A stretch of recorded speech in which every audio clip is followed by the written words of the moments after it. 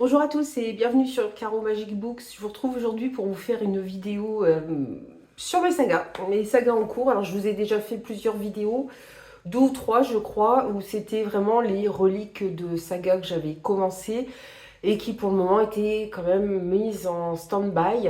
Donc là j'ai repris les sagas que j'ai lues en 2023-2024, oui ça remonte jusque là.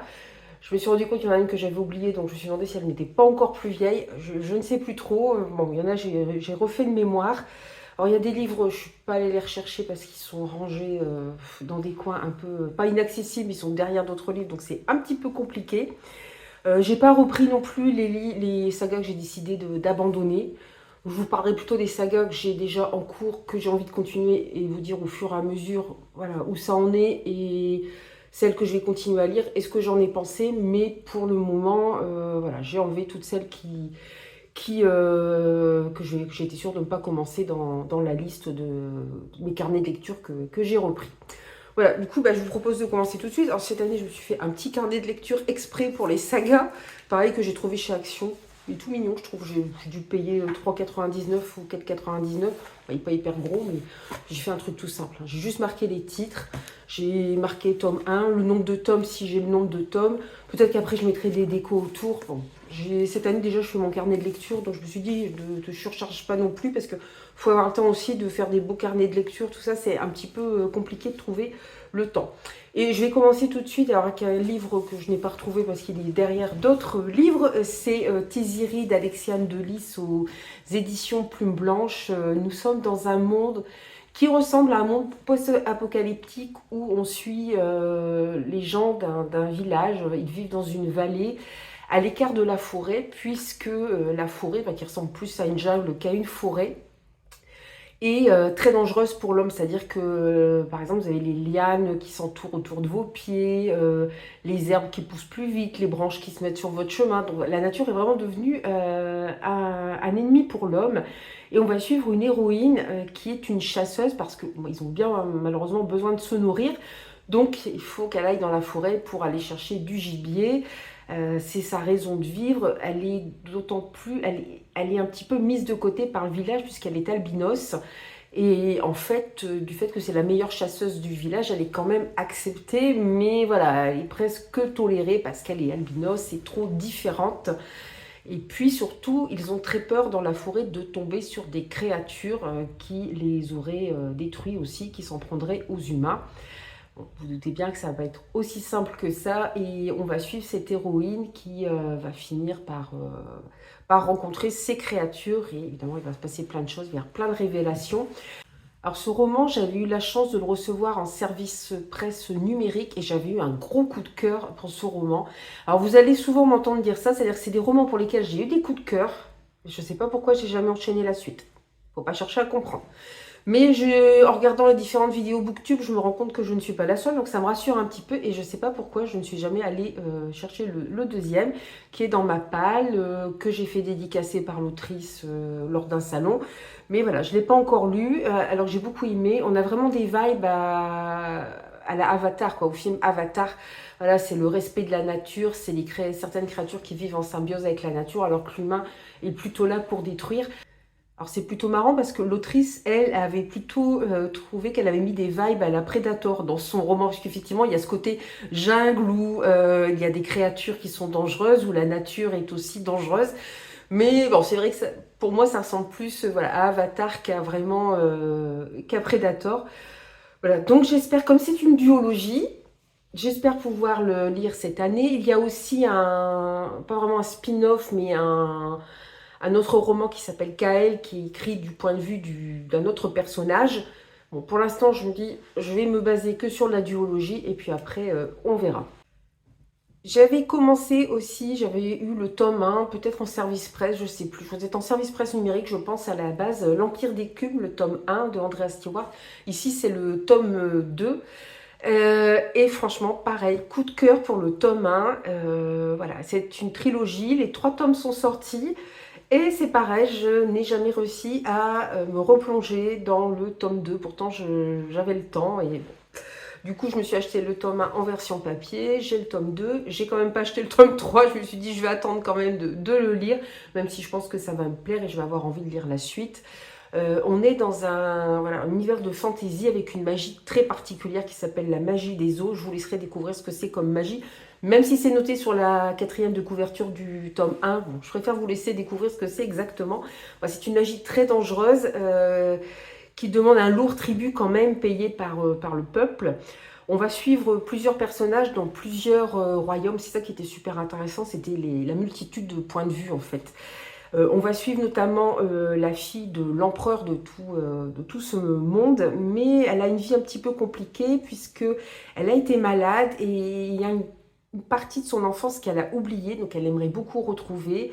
Elle aimerait apprendre aussi à se servir de cette magie très particulière. Et son père lui a mis dans les jambes aussi un adversaire, en fait, un jeune homme qu'il a recueilli et qui pourrait très bien lui succéder au trône plutôt que sa fille. Donc elle ne voit pas ça d'un très bon œil. Et elle essaye évidemment de garder sa place. Donc on va suivre, c'est le premier point de vue qu'on suit. On va suivre ensuite un jeune homme dont la compagne, dont il était très amoureux, a disparu. Alors apparemment il y a des gens comme ça sur certaines îles qui disparaissent. Il y a un bateau qui vient les chercher, qui les emmène et on ne les revoit plus. On ne sait pas ce qu'il y a sur ce bateau, pourquoi les gens montent sur ce bateau et surtout ce qu'il advient d'eux. Et il a décidé, lui, de partir à la recherche de l'être aimé de sa compagne. On va suivre aussi un couple de femmes qui, alors elle est la fille du gouverneur de l'île et sa compagne est une fille du peuple. Or, le gouverneur de cette île dilapide tout l'argent que gagne durement le peuple à la sueur de son front enfin sueur et sang, il le dilapide en fête, en orgie, c'est une catastrophe. Et sa fille n'est pas du tout comme ça, elle est en plus, c'est une guerrière, en plus elle fait partie de l'armée.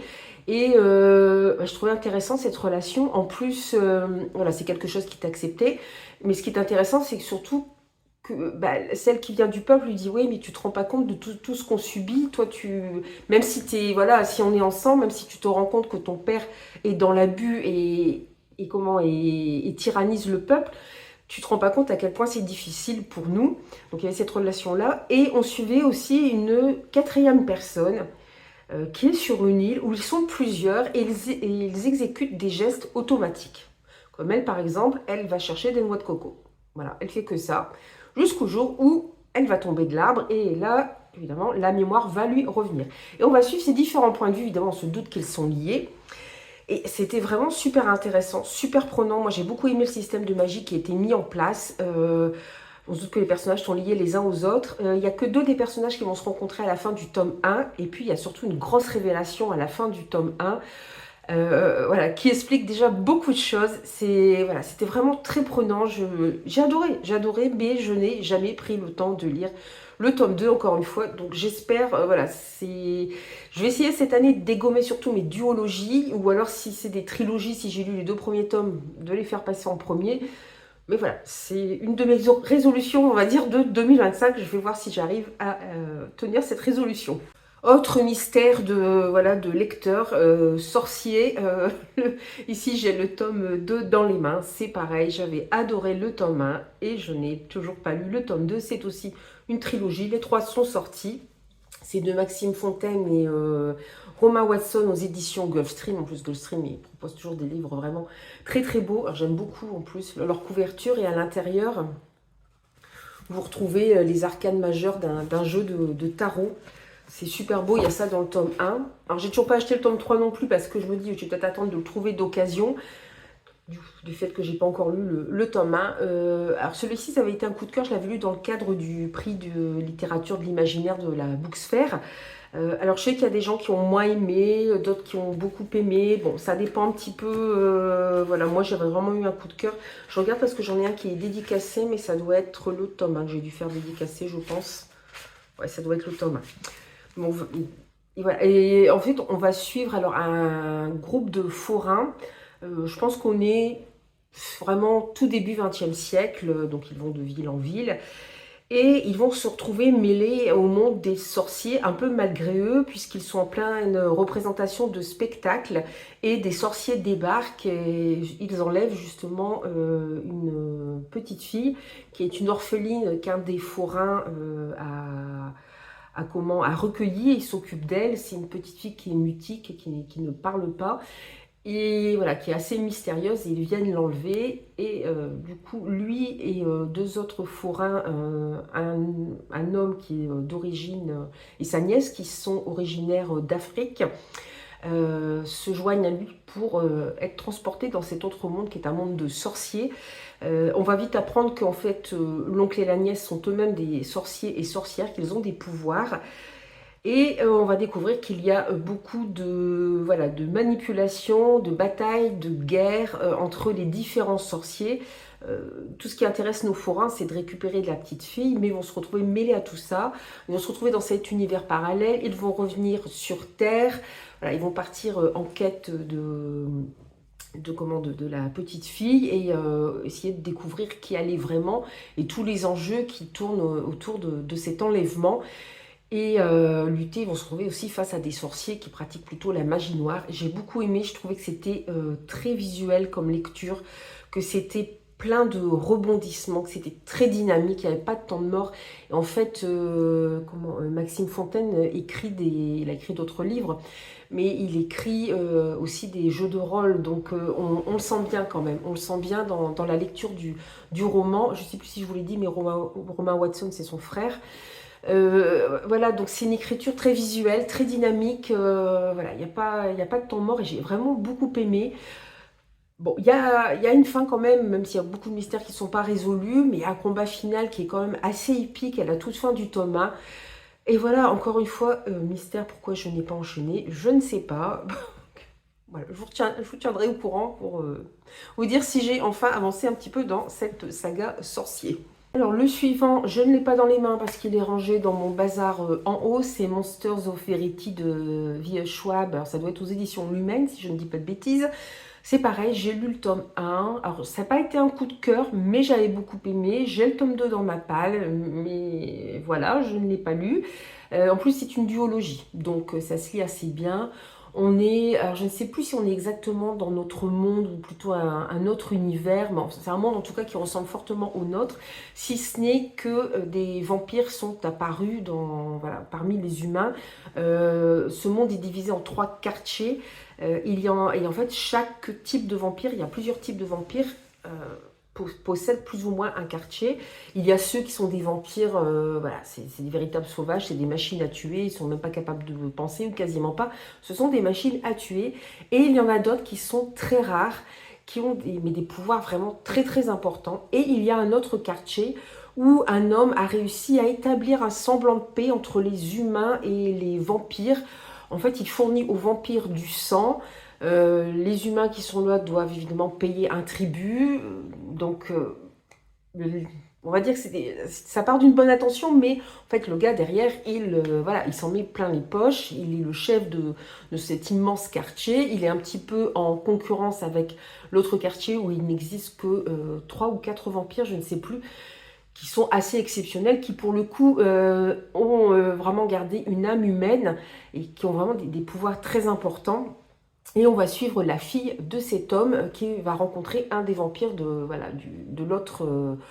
l'autre gros quartier. Je ne sais pas si on peut appeler ça des quartiers, mais bon, vous avez vu que c'est des lectures que j'ai faites depuis un moment aussi. Des fois, je m'en souviens plus trop.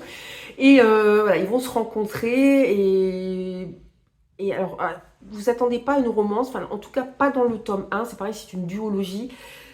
C'est plus comment ils vont réussir à se dépatouiller un petit peu des aventures qui leur arrivent, puisque son père elle voudrait succéder à son père, lui ne veut pas, donc il la met toujours dans des pensionnats, elle trouve toujours moyen de se faire virer, elle s'enfuit du dernier pensionnat où elle est, et l'autre vampire, lui, voilà, essaie de contrôler ses pouvoirs. Enfin, il y a toute une histoire avec les autres vampires qui l'accompagnent. Ils sont de la même famille et ils sont aussi très proches des humains qui dirigent l'autre quartier.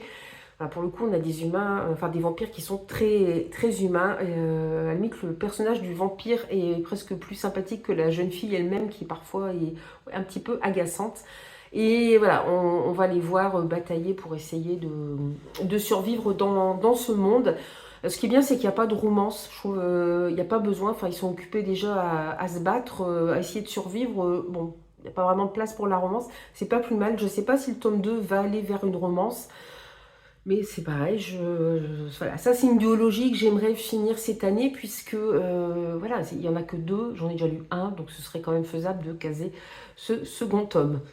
J'ai lu aussi L'épée, la famine et la peste, le tome 1 de Aurélie Wellenstein aux éditions Scrigno, ça fait déjà un petit moment. C'est pareil, nous sommes sur une duologie que j'ai beaucoup aimé, sans que ce soit un coup de cœur, mais je n'ai pas lu la suite non plus.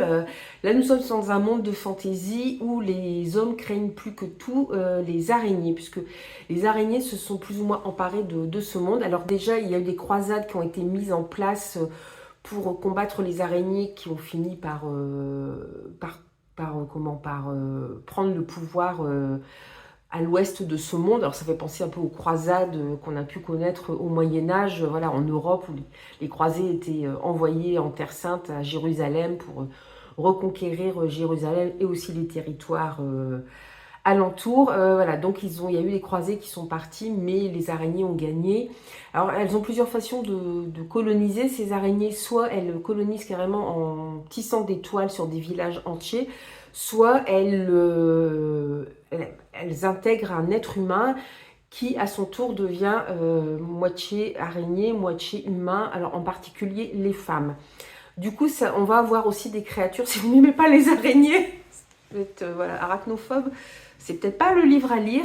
On a pas mal de femmes et créatures mi-araignées, mi-femmes. Et puis c'est pareil, on va avoir une alternance de points de vue. On va suivre un ancien croisé qui, le temps qu'il est parti en croisade, quand il est revenu dans son village, celui-ci avait été complètement entouré de toiles d'araignée et il a perdu sa femme et son fils. Et il rencontre un cerf et il a l'impression, dans l'œil de ce cerf, de voir son fils emprisonné dans des toiles d'araignée. C'est assez étrange, hein, ça paraît quand même un peu what the fuck en vous le disant comme ça, mais voilà. C'est un homme aussi qui n'a plus d'espoir, qui a été écœuré par ce qu'il a fait en Orient. Voilà, au départ c'était un soldat, un mercenaire qui vendait ses services aux plus offrants. Et ouais, il est revenu un petit peu écœuré et surtout il s'en veut d'avoir laissé sa femme et son fils derrière lui puisqu'il n'a pas pu les défendre. Et là il y croit vraiment. Alors est-ce qu'il y a vraiment son fils dans l'œil de ce cerf? On ne sait pas trop. Mais il décide de suivre ce cerf qui est quand même assez particulier, qui a des bois argentés. Enfin vraiment c'est un superbe animal. On suit aussi un jeune homme qui est un peu l'idiot du village en quelque sorte. Et puis bien sûr il est toujours brimé par les autres. Et un soir où les d'autres garçons l'embêtent, il se réfugie. Alors il tombe, je ne sais plus si c'est dans un château en ruine ou dans une grotte, je crois que c'est un château en ruine. Et là il tombe sur une armure et sur pas mal de trésors. Et malgré lui, il va se retrouver à porter le casque de cette armure. Or, le casque est hanté. Et ce casque lui dit sans arrêt, voilà, tu me portes maintenant, je vais te protéger, mais d'ici quelques mois, tu vas devenir un loup-garou. Voilà. En fait, on a tout ça le long du livre. On a ce pitch où on se dit, il va devenir un loup-garou. Alors lui, il essaie de lutter contre ça. Il n'arrive pas à enlever le casque. Évidemment, c'est un casque qui est enchanté ou sous une malédiction. Donc, il ne peut pas l'enlever. Et voilà, il est prisonnier de ce casque et du coup il est obligé de fuir son village parce que tout le monde a peur de lui quand il le voit arriver avec ce casque qui ressemble à une tête de loup. Voilà, donc il s'enfuit. On va suivre aussi une jeune femme et là c'était très intéressant puisque elle a perdu sa mère, elle ne vit plus qu'avec son père. Et elle refuse les avances d'un jeune homme du village et évidemment celui-ci va se plaindre aux inquisiteurs puisque nous avons des inquisiteurs qui luttent notamment contre les araignées, contre les femmes araignées. Et c'est là qu'on va voir que les choses ne sont pas aussi simples puisque elle déjà elle est complètement innocente, elle se retrouve emprisonnée par l'inquisition. Donc l'inquisition pour le coup c'est vraiment presque un copier-coller de l'inquisition qu'on a pu connaître en Europe, c'est-à-dire qu'ils torturent, ils interrogent, mais le but ultime, c'est de tuer la personne et en la faisant bien souffrir avant. Et elle se retrouve enfermée, elle est condamnée comme sorcière alors qu'elle n'a rien fait. Tout ce qu'elle a fait, c'est repousser un homme et voilà, elle n'aurait pas dû. C'est une femme, donc elle n'a que sa bouche à fermer et elle n'avait pas le droit de repousser ce jeune homme, surtout qu'elle la repousse un peu brutalement. Donc, elle se retrouve prisonnière des inquisiteurs. Et là, elle va rencontrer des femmes araignées. Et on se rend compte que c'est pas aussi simple. Parce que ces femmes araignées, elles ne cherchent pas à contaminer d'autres personnes. Contrairement aux araignées de base, elles ne veulent pas contaminer. Elles veulent juste vivre tranquilles. Et on assiste quand même à des scènes, c'est quand même de la dark fantasy. Il y a des scènes assez noires, puisqu'il y aura quand même des scènes... Alors, on ne voit pas les scènes, mais on sait qu'il y a des tortures, notamment sur ces femmes, donc c'est quand même très dur. Et évidemment, ces trois personnages vont se croiser, suivre le même chemin. Ils ont le même but, c'est retrouver une cité. Donc l'ancien croisé inquisiteur veut suivre le cerf. Le jeune homme pense que c'est là qu'il arrivera à se débarrasser de la malédiction de ce casque. Et elle espère pouvoir trouver des réponses à la venue de ces araignées, d'autant que c'est une ancienne cité, c'était un royaume puissant et magnifique et qui a été complètement colonisé par les araignées. Donc c'est pareil, on va apprendre l'histoire de ce royaume, comment ça en est arrivé là. C'était vraiment bien fait. Enfin, au moment où je l'ai lu, et quand même, je me souviens pas mal de choses. Et j'avais rencontré après Aurélie Wallenstein et elle m'avait dit que dans le tome 2, en fait, parce que moi, les inquisiteurs, je ne peux pas les blairer, quoi. C'est vraiment des individus ignobles qui pensent qu'à torturer. Et en fait, elle va nous faire un retournement de situation dans le tome 2 parce qu'on va voir les choses du point de vue des inquisiteurs. On va retrouver nos personnages, bien sûr, mais on va voir les choses du point de vue des inquisiteurs. Donc je me dis, ça peut être très intéressant. Parce que moi, je lui ai dit, mais moi, ils ne sont pas sympathiques du tout, ces inquisiteurs. Donc, à voir ce que ça donne. C'est pareil, c'est une duologie, donc ça devrait se lire quand même assez rapidement. Alors, toujours écrit par Aurélie Wallenstein et dessiné par Aurora Gued, j'ai commencé le graphique Equinox, que j'ai beaucoup aimé. On retrouve l'amour des chevaux qu'a Aurélie Wallenstein. Elle a sorti d'ailleurs un autre graphique qui parle de chevaux. C'est pareil, on est dans un monde de magie où les personnes... alors, je crois que c'est quand la lune est pleine... Ouais, c'est quand c'est la pleine lune, ou c'est quand c'est la nouvelle lune, mais je crois que c'est la pleine lune, ils peuvent se transformer en animaux et on va suivre 4 jeunes filles qui se transforment en chevaux avec des dons particuliers. Mais c'est pareil, ils doivent payer un tribut aux dieux, sinon ils risquent des représailles. Et malheureusement, il va y avoir des soucis au moment de la transformation, au moment de la pleine lune. Le peuple va se retourner contre ces... Alors, les jeunes filles, leurs parents font partie d'un temple. Et tous n'ont pas... Les gens du village n'ont pas de pouvoir, eux. Et ils se retournent contre les gens du temple et les jeunes filles sont obligées de s'enfuir. Et la fin est assez étonnante, enfin, du tome 1. Je crois qu'il y a 3 tomes de sortie. Il y a un 4e qui va sortir cette année. Bon, c'est un graphique, ça devrait se lire rapidement. Bon, déjà, je n'ai pas retrouvé l'endroit où j'ai rangé le tome 1. Donc, ça commence bien. Je sais que j'ai le tome 2 dans un autre monde de livres, mais voilà, j'ai pas réussi à remettre la main sur le tome 1, j'aimerais bien quand même, mais voilà, c'était assez sympa. Plus jeunesse quand même, celui-là, il peut être lu young adulte moins, sans problème, du moins pour le tome 1. Après, je vous en dirai plus quand j'aurai lu le tome 2. J'ai lu aussi Le Parfum de l'impératrice. Alors c'est pareil, c'est une duologie. J'ai lu le tome 1, L'Archipel. Alors c'est de Leslie Tanguy aux éditions Gulfstream aussi. L'objet livre est très très beau. Hein. Vous voyez, c'est plein de couleurs. Voilà, c'est un très très bel hardback. Il y a un signet, tout ça. Enfin, c'est vraiment très bien fait. Voilà. Le tome 2 est comme ça aussi. Il est très très beau aussi. Alors, le souci avec ce livre, c'est que je dirais qu'il est presque plus beau que intéressant à lire. J'ai bien aimé, mais sans plus. Alors, comme c'est une duologie, j'aurais quand même connaître la fin. Mais j'ai pas accroché plus que ça. Je m'attendais, je pense, à quelque chose d'un petit peu plus sombre. C'est pareil, nous sommes dans un monde de fantasy. Ou alors peut-être dans notre monde. En tout cas, ce serait un monde post-apocalyptique. Et les terres ont été recouvertes par les eaux et il y a quelques îles qui subsistent comme ça, dont la plus importante qui est gouvernée par une impératrice. Et on suit des personnages, alors ils vivent quand même assez confortablement. Certes, il n'y a plus beaucoup de terre, il y a des créatures monstrueuses qui peuplent les eaux, mais à condition de ne pas vous y aventurer, il n'y a pas de souci. Et ils vivent quand même, nos personnages, assez confortablement, ils font quand même partie de la bourgeoisie. Voilà, ils ont un niveau de vie quand même enviable. Et puis l'impératrice, son petit péché mignon, c'est le parfum.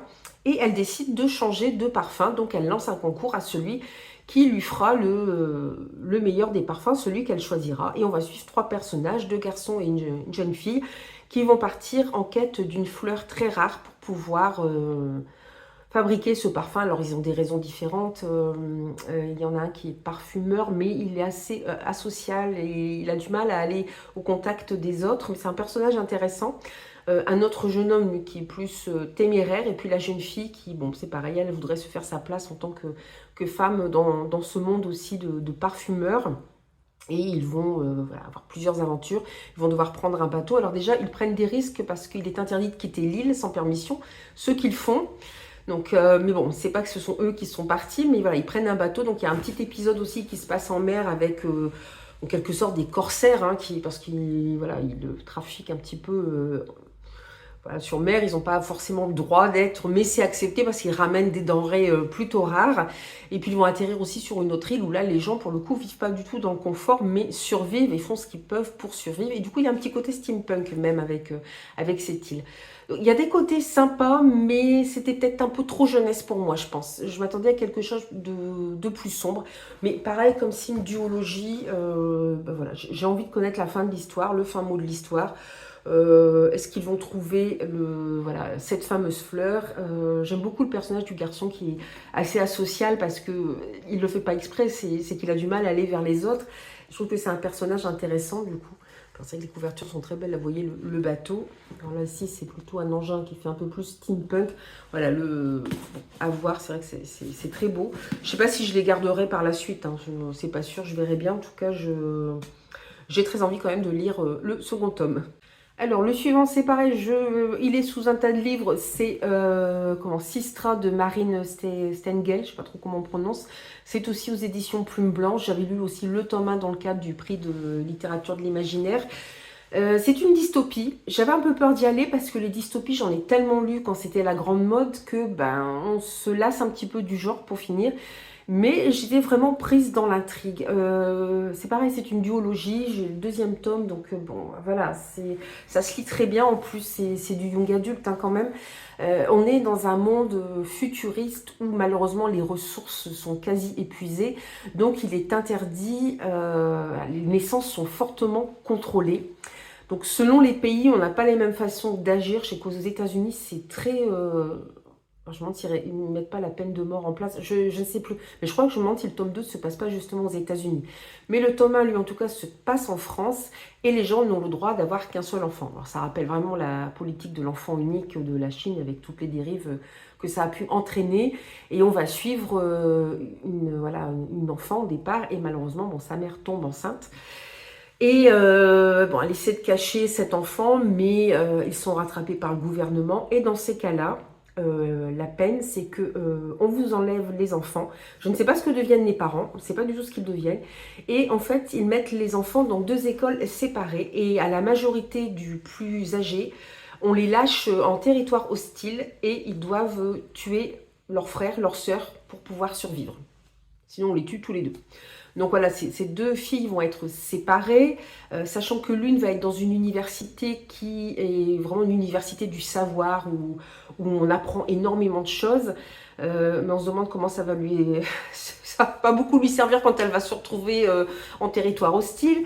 Sa sœur, elle par contre, est mise dans une école où là on apprend à se battre et où vous pouvez mourir à tout instant aussi, hein. C'est hyper dangereux. C'est une guerrière, c'est une warrior. Elle a appris à survivre dans ce monde qui est très très dur.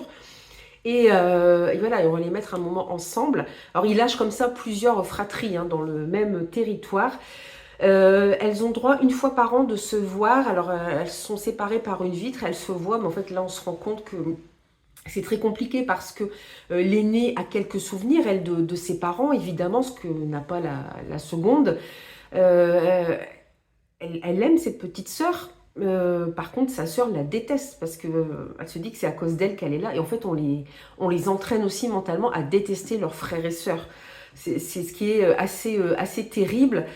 Et puis jusqu'au jour où évidemment voilà, toutes ces fratries vont être relâchées. Alors je crois que c'est en ex-Yougoslavie, en ex-Roumanie, je sais plus, un territoire qui a été déserté parce que on ne pouvait plus y vivre. Et ils sont lâchés comme ça dans la nature. On se dit, mais comment l'aîné va faire pour survivre? Parce que c'est bien d'avoir des connaissances théoriques, mais concrètement, comment elle va faire pour survivre? Et c'est vrai que du coup, c'était assez haletant, c'était assez prenant, c'était vraiment bien fait.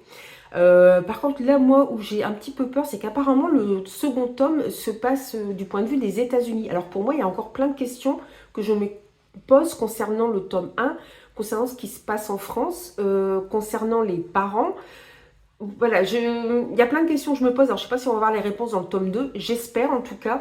Mais c'est pareil, c'est une duologie. Donc, j'aimerais bien voilà, que ça fasse partie des sagas que je terminerai cette année. J'ai lu aussi, pareil, dans le cadre du PLIB, La Cité des songes de Georgia Caldera. Alors, ici, c'est aux éditions J'ai lu. Là, vous avez le tome 1 et le tome 2. On est dans un système de rénom, hein, c'est-à-dire que ce sont des reines qui gouvernent. On a plusieurs comme ça petits rénoms. Et dans un de ces rénoms, la princesse doit épouser, alors pour le coup, il y a quand même un royaume gouverné par un roi, elle doit épouser le prince de ce royaume, sauf que c'est un royaume très froid, c'est un royaume dominé par les hommes, et elle disparaît.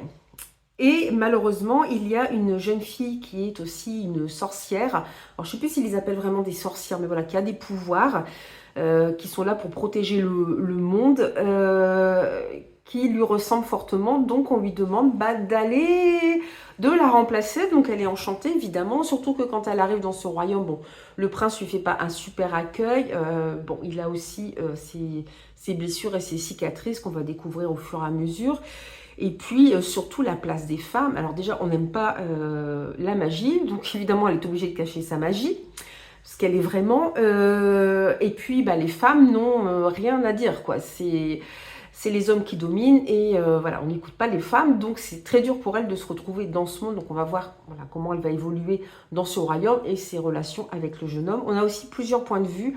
On va suivre aussi, alors pour le coup, là c'est très dur, c'est un rénom aussi, mais on a mis, parce qu'il y a des créatures qui attaquent ces différents rénoms et royaumes, des créatures qui viennent des abîmes, et des vivernes par exemple, et voilà, qui attaquent régulièrement les humains. Et il y a une petite cité, un petit rénom qui s'est construit à côté, où à la base on a mis les criminels. Bon, on espérait voilà, se débarrasser d'eux en les mettant là. On n'a pas vraiment construit de royaume à la base, mais voilà, on les a mis là pour se débarrasser d'eux. Sauf que c'est devenu aussi un endroit où on a mis toutes les personnes malades.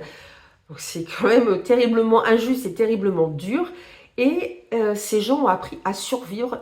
Désormais, ils ont une reine à leur tête qui a décidé de conquérir les autres territoires, de se sortir de là parce qu'ils sont vraiment près de ce gouffre où il y a plein de créatures dangereuses. Ils ont très peu de ressources pour se nourrir. Et voilà, ils veulent conquérir d'autres territoires. Alors ça paraît dur aussi leur façon de faire, mais on peut les comprendre aussi vu tout ce qu'ils ont vécu. Et on suit une des jeunes filles qui fait partie de ce rénom. Alors elle-même a été malade, ce qui fait ils ont des plaques sur le corps qui parfois peut les faire ressembler à des...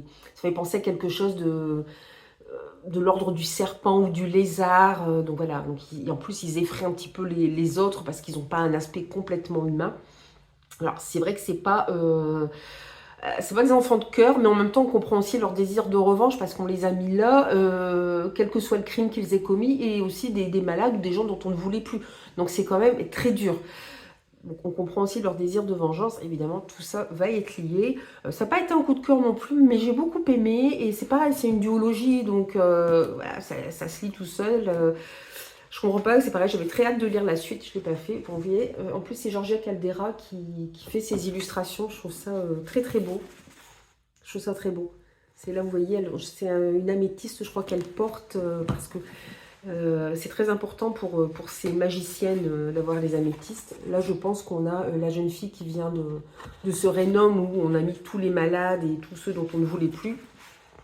Voilà, c'est Georgia Caldera qui a fait tous les dessins à chaque fois. C'est vraiment très très beau. Je l'avais rencontrée aussi en dédicace. C'est une personne, une autrice vraiment très très agréable. C'était un plaisir de la rencontrer. Donc j'aimerais bien quand même dégommer cette saga qui se lit très bien. Et voilà, c'est pareil, c'est une duologie. Donc allons-y. J'ai aussi attaqué, alors je me rappelle, c'était entre l'année 2023-2024, je l'ai commencé fin 2023, je l'ai terminé début 2024, j'ai franchi l'année avec cette pavave qui est l'Empire du Vampire de J. Christophe aux éditions de Saxus. J'ai le tome 2 aussi dans ma palle, je ne sais pas quand sortira le 3, c'est une trilogie. Voilà, j'ai beaucoup aimé, alors c'est une véritable pavasse, hein, mais j'ai beaucoup aimé et ça se lit très bien. On est dans un monde où les vampires ont gagné. Voilà, ça commence comme ça. On sait que les vampires ont gagné. Les seuls qui pouvaient voilà, se dresser contre les vampires étaient ceux qu'on appelait les saints d'argent. Et on va suivre Gabriel de Léon, c'est Gabriel, je dis pas de bêtises, ouais, Gabriel de Léon, qui est le dernier des saints d'argent. Et il a été fait prisonnier par les vampires et il est interrogé par l'un d'eux, donc il va raconter son histoire, ce qui fait qu'on va avoir plusieurs temporalités. On va avoir son enfance, son adolescence, son entrée dans la confrérie des Saints d'Argent pour devenir un guerrier, pour lutter contre les vampires, son combat contre les vampires et comment voilà, le royaume des humains a chuté et comment les vampires sont devenus les maîtres du monde. Alors ce qui a aussi entraîné la fin du monde des humains, c'est qu'au départ, bon, les vampires ne peuvent se déplacer que la nuit et pas la lueur du jour. Mais malheureusement, sans qu'on sache pourquoi, le ciel est devenu gris, le soleil a été complètement voilé, ce qui fait que les vampires ont pu tranquillement sortir même en plein jour et attaquer les humains. Et voilà, il n'y avait que ces saints d'argent. Alors, ces saints d'argent, on va comprendre pourquoi ils sont recrutés, eux en particulier, pourquoi un tel et un tel sont recrutés et pas d'autres. On va suivre leur formation qui est quand même assez difficile, assez dure, assez âpre. On va suivre des personnages secondaires. On sent que Gabriel de Léon a des regrets. Voilà, il est hanté, on sent qu'il est hanté, qu'il a quelque chose qui l'a brisé, mais qu'il est hanté aussi par une erreur qu'il a faite. Et c'était passionnant parce que c'est vraiment un anti-héros. Alors on est plus dans de la dark fantasy, et ouais, Gabriel Leon c'est un anti-héros parce qu'il est... les saints d'argent, ce sont de véritables tueurs. Hein. C'est pas des... Voilà, c'est pas les saints comme on peut se les représenter, voilà, tout gentil en disant...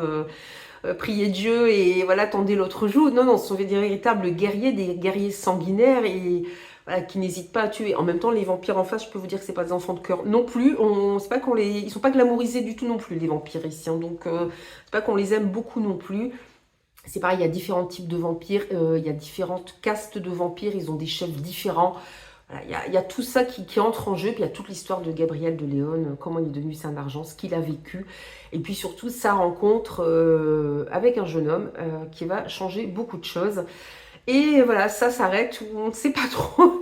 On sait qu'il a, voilà, il a merdé, vraiment, il a salement merdé, parce que peut-être qu'il y avait moyen de sauver le monde, et manifestement, il n'a pas réussi. Bon. Voilà, donc on en est là, il est prisonnier des vampires, il raconte toute son histoire, c'était passionnant, puis le fait qu'il y ait plusieurs temporalités, c'est vraiment prenant, il y a beaucoup de scènes de bataille assez sanglantes hein, quand même, donc ça se lit très bien, voilà, il y a toute cette quête de Gabriel de Léon, c'est un personnage fracassé en même temps, donc il est super intéressant, et c'est prenant parce qu'on se dit mais qu'est-ce qu'il a fait pour qu'on en arrive là. Vous avez des belles illustrations aussi en noir et blanc par moment, donc c'est la carte. Alors, je voudrais vous montrer des illustrations, mais je ne veux pas trop vous spoiler non plus l'histoire parce que sinon, ça gâcherait tout. Il y a des personnages secondaires qui sont très bien faits. Puis alors c'est ça, parce que Gabriel de Léon, il lâche quelques petits trucs quand il raconte son histoire aux vampires. Et puis on se dit, mais qu'est-ce qui s'est passé pour en arriver là? Parce qu'après on retourne dans le passé et on voit ces personnages, on se dit, mais qu'est-ce qui est arrivé à tel et tel personnage? Donc c'est vraiment excellemment bien fait. J'ai beaucoup aimé, comme beaucoup de monde, hein, je crois que j'ai pas vu de personne qui n'avait pas aimé voilà, l'Empire du Vampire. Donc je me suis dit, bon, il n'y a pas urgence pour lire le 2 puisque le 3 n'est pas encore sorti. Je ne sais pas quand il sortira. D'ailleurs, je ne sais même pas s'il est sorti en anglais. Voilà, ici vous avez une illustration de Gabriel de Léon. Donc voilà, il a beaucoup de tatouages. C'est vraiment des guerriers, hein, les Saints d'Argent, c'est voilà, des guerriers, ouais, c'est fou quoi. Et puis il y a tout un système aussi, d'ailleurs il y a un dieu et son messie en quelque sorte, l'histoire de son messie, ça fait beaucoup penser à la religion chrétienne, avec ce messie qui a souffert mille et une épreuves, mais vraiment dans sa chair, et voilà, ça fait vraiment penser à la religion chrétienne. D'ailleurs, ils se servent encore de ces tortures qu'a subi voilà, le, leur dieu pour l'utiliser sur certaines personnes qui sont considérées comme atteintes, enfin mordues par les vampires ou qui sont considérées comme traîtres. Hein. Donc c'est quand même assez violent, assez noir. Mais c'est vraiment, c'est vrai qu'il a une écriture qui est très prenante, J. Christophe. Donc je comprends la hype qu'il y a autour. Et voilà, moi en tout cas, c'est un récit qui m'a vraiment entraîné dans son monde et que j'ai beaucoup aimé lire. Bon, le problème, ce qui me freine un peu, c'est que voilà, j'en ai pour, pour 10 jours quand même à le lire, un livre comme ça, parce que bon, j'ai pas voilà, énormément de temps en dehors du soir pour lire, donc c'est pas toujours évident de trouver du temps. Mais en tout cas, je compte bien lire toute la trilogie. Et puis je vais finir avec quelque chose d'un petit peu plus doux, les Mémoires de la forêt de Michael Brun-Arnaud, illustré par Sanoé. Alors ici j'ai le tome 1 dans les mains. Alors là j'ai lu les 3 premiers tomes, il me manque que le 4e et voilà, donc je suis bien avancée. En plus c'est du jeunesse, donc ça devrait se lire assez vite. Puis alors les illustrations de Sanoé sont vraiment magnifiques, j'adore. C'est vraiment, c'est le tome 1 que j'ai dans les mains ou c'est pas le tome 1? Je vous dis peut-être une bêtise, non c'est le tome 2 que j'ai dans les mains. Bien, voilà, vous voyez, les illustrations sont vraiment très très belles. On suit Cornelius Renard, c'est les carnets de Cornelius, le tome 2 c'est les carnets de Cornelius, non c'est pas Cornelius Renard, c'est Archibald de Renard. Moi et les prénoms, en plus c'est vrai j'avais oublié, j'avais une dédicace sur celui-ci, j'avais rencontré l'auteur aussi, Archibald de Renard, et on va le suivre sur plusieurs tomes, et dans le premier en fait... le premier a marqué beaucoup les gens parce que, je pensais que c'était le premier que j'avais pris, mais non, je me suis trompée. Parce que Archibald Renard tient une librairie dans la forêt de Belle-Écorce. Alors qu'on a l'anthropomorphisme, hein. Ce sont des animaux qui s'habillent, qui se tiennent debout, qui parlent, voilà, qui font toutes les activités que font les humains. Et Archibald Renard a une librairie dont la spécialité est de notamment proposer des livres écrits par des gens voilà, de la forêt de Belle-Écorce. Ils peuvent très bien écrire un traité sur un sujet qui les intéresse ou écrire leur vie. Et justement, il y a Ferdinand Topp qui vient le voir parce que Ferdinand Topp commence à oublier, il vieillit et il voudrait récupérer son livre, l'histoire de sa vie, parce qu'il y a des choses qu'il a oubliées. Or, le livre vient d'être vendu. Archibald Renard n'a pas vu à qui, parce qu'il ne s'en occupait pas à ce moment-là, il n'a pas vu à qui a été vendu le livre. Donc, il part en quête de l'acheteur et du livre de Ferdinand Topp pour qu'il retrouve voilà, son passé. Alors, maintenant, je pense que vous le savez, on en a beaucoup parlé. En fait, le premier tome va aborder la maladie d'Alzheimer, appelée ici la maladie de l'oubli-tout, mais voilà, ça parle vraiment d'Alzheimer. Et c'est des scènes quand même, il y a un moment, on est dans la tête de Ferdinand Topp et on ressent ce qu'il ressent, c'est-à-dire que il est perdu, il ne sait plus, il a oublié, c'est quand même assez horrible, quoi, cette maladie. Et là, c'est abordé, alors évidemment, avec beaucoup de douceur, beaucoup de tendresse. C'est dans la collection neuve de l'école des loisirs. Alors normalement c'est à partir de 9 ans. Moi je conseillerais quand même de le lire avec les enfants parce qu'ils auront peut-être des questions, parce qu'ils ne connaissent pas forcément la maladie d'Alzheimer, ou peut-être qu'ils ont des gens dans leur famille qui en souffrent et que c'est un bon moyen de leur en parler. Et en fait chaque tome va aborder comme ça des thèmes assez durs, des thèmes de société. Dans le second tome, on va parler de secrets de famille, on va parler aussi d'un autre sujet, mais bon, je ne vais pas vous spoiler, mais on va parler de secrets de famille et des conséquences que ça peut avoir sur le futur et sur les descendants quand on cache des choses. Le troisième, on va parler de maladie, on va suivre le neveu d'Archibald de Renard qui justement est un enfant plutôt chétif qui est souvent malade et ses parents sont des explorateurs et il ne peut jamais les suivre puisqu'il est trop malade. Il est un peu pareil mis de côté par les camarades de classe quand ils ne se moquent pas de lui parce qu'il ne peut pas jouer autant qu'eux, il ne peut pas faire du sport comme eux, voilà. C'est un petit garçon assez malin, enfin un petit renard assez, assez chétif, assez malingre et vite maladif. Mais ses parents dans le tome 3 disparaissent et il veut partir avec Archibald Renard à la recherche de ses parents. C'est pareil, on va aborder plusieurs thèmes. Dans le tome 2, on va revenir sur le passé de la librairie, puisque la librairie est dans la famille Renard depuis 3 générations. C'est le grand-père qui a ouvert la librairie. Et jusqu'au jour où un loup arrive en disant « Non, c'est mon père a ouvert cette librairie avec le grand-père d'Archibald de Renard, mais la librairie nous appartient à nous, les loups. » Donc on va retourner aussi dans le passé du grand-père d'Archibald de Renard pour savoir ce qui s'est passé exactement et savoir à qui appartient cette librairie. Et dans le tome 4, d'après ce que j'ai vu et lu, il y a une ellipse temporelle, on se retrouve des années plus tard, toujours dans la forêt de Belle-Écorce, et je pense qu'on va retrouver donc les descendants d'Archibald de Renard. J'espère qu'on va retrouver son neveu aussi, qui est un personnage très attachant. Voilà, donc il reste plus. C'est une série en 4 tomes. Alors je sais qu'il y a des gens qui ont moins. Alors c'est vrai que c'est surtout le premier qui marque, parce que voilà, c'était tellement différent, je trouve, de ce qu'on peut lire d'habitude. Voilà, c'était vraiment très intelligent d'aborder ces faits de société, notamment ici l'Alzheimer. Et de le rendre assez accessible à des enfants pour qu'on puisse parler de ce sujet quand même assez grave avec eux et d'autres sujets aussi dans les prochains tomes. Voilà, ça n'infantilise pas du tout les jeunes lecteurs et ça plaît aussi aux adultes. J'ai aimé les trois tomes. Voilà, je craque et je craque. Les illustrations de Sanoé sont tout simplement magnifiques. C'est à chaque fois dans des tons différents parce qu'à chaque tome correspond un peu une saison, sauf que comme l'a dit Michael Brun-Arnaud, c'est pas sorti, voilà, celui de l'automne n'est pas sorti en automne par exemple, voilà, on donne des couleurs d'automne, c'est pas sorti en automne. Bon, il l'a dit, je l'avais rencontré en dédicace, il a dit j'en ai pas un seul qui va sortir à la bonne saison, mais il dit c'est pas grave, mais voilà, ça a eu un succès fou et ça se comprend, c'est vraiment très beau, je vous le conseille, ou je pense que vous pourrez le trouver en bibliothèque parce que quand même c'est vraiment une très belle série et c'est vraiment à découvrir. Je vais m'arrêter ici pour ce premier ce sera la première vidéo saga de 2025 on va dire, mais c'est pas la première vidéo saga, donc n'hésitez pas à me dire si vous connaissez ces sagas, si vous en avez lu certaines, et puis souhaitez-moi bonne chance pour que j'arrive à les sortir cette année, et puis je vous referai un autre point saga parce que j'ai pas encore tout dit là, j'en ai encore plein d'autres qui attendent. Ne vous inquiétez pas, il y a de quoi faire d'autres vidéos. Voilà, je vous laisse ici pour aujourd'hui. Je vous souhaite de belles lectures et puis surtout à très bientôt pour une nouvelle vidéo. Bye bye!